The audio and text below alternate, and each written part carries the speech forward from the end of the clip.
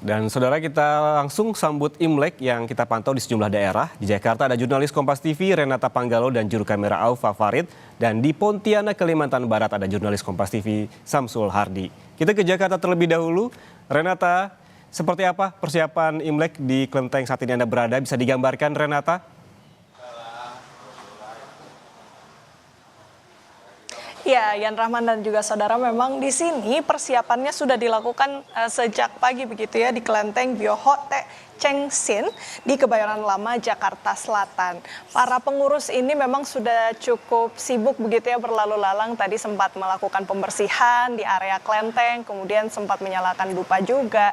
Jadi persiapan ini sudah dilakukan sejak tadi pagi. Namun kalau bisa kami ceritakan, memang untuk persiapan Tahun Baru Imlek ini sudah dilakukan dari jauh-jauh hari begitu, yang dari mana kita terima informasinya dari pengurus bahwa memang sejak Jumat lalu begitu ya, para umat ini sudah melakukan ibadah pembacaan ayat-ayat suci pada hari Jumat lalu. Dan hari ini memang suasananya masih cukup tenang, Yan Rahman dan juga saudara, karena biasanya para umat ini masih melakukan persiapan di rumah masing-masing, memasak begitu ya, untuk kumpul-kumpul keluarga nantinya menyambut Tahun Baru Imlek. Dan biasanya nanti sekitar pukul 6 sore itu nanti akan ada kebaktian. Jadi para umat ini bisa melakukan sembayang di kelenteng Bioho Te Cheng Sin. Dan yang menarik juga, Yan Rahman dan juga saudara, tadi pengurusnya sudah bilang ke saya begitu ya, pada pukul 8 malam nanti akan ada atraksi barongsai. Dan ini tidak terbatas untuk umat saja, namun juga terbuka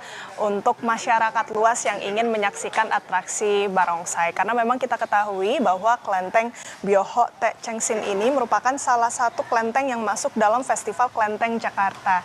Jadi masyarakat Jakarta yang mungkin penasaran atau ingin melihat atraksi barongsai bisa datang ke sini jam 8 malam nanti. Nah, berbicara untuk esok hari, memang perayaan Tahun Baru Imlek itu biasanya sekitar pukul 8 para umat ini kemudian datang untuk sembahyang dulu. Dan nantinya direncanakan begitu ya, sekitar pukul 4 sore esok hari akan dihadiri oleh Wakil Gubernur DKI Jakarta Rano Karno.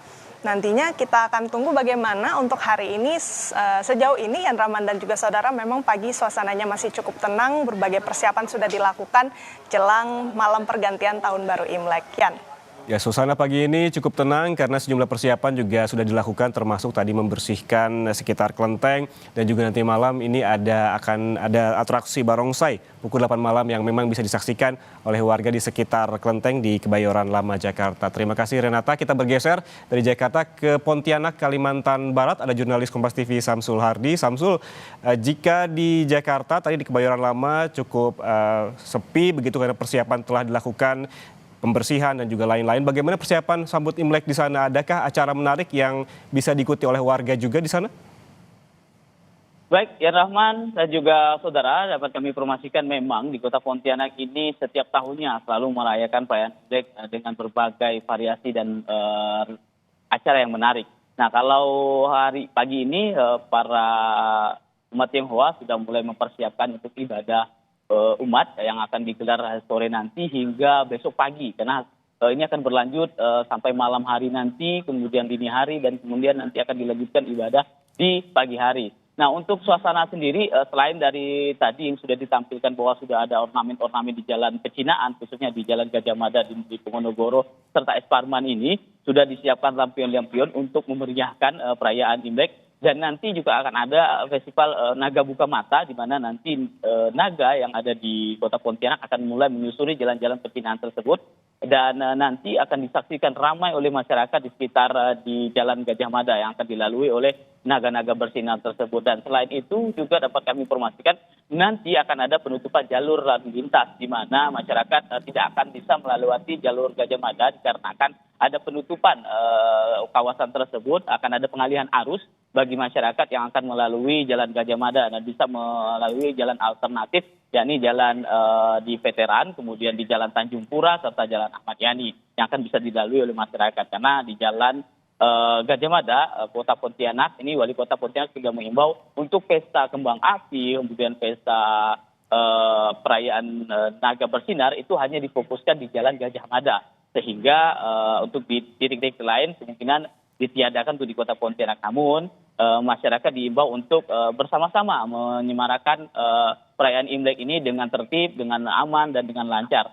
Selain itu karena pelaksanaan Imlek tahun ini sedikit menarik karena berbarengan dengan menyambut Ramadan. Nah, ornamen tidak hanya buah lampion, tapi juga lampu lampion, tapi juga ada ornamen-ornamen anyaman ketupat yang juga dirangkai di sepanjang jalan Gajah Mada ini. Dan ini bisa menjadi spot menarik untuk warga yang baik itu dari Pontianak maupun dari luar Pontianak untuk datang menyaksikan naga buka mata, kemudian naga bersinar, di mana malam hari nanti naga akan banyak bermain dengan lampu-lampunya, dan itu akan menjadi daya tarik di kota Pontianak. Tidak hanya Pontianak, di Singkawang juga sudah bersiap dengan perayaan-perayaan Imlek yang cukup meriah di sana. Yan Rahman. Baik, ada atraksi naga bersinar nanti malam dan juga ini kemungkinan juga ada penutupan jalur lalu lintas di Jalan Gajah Mada.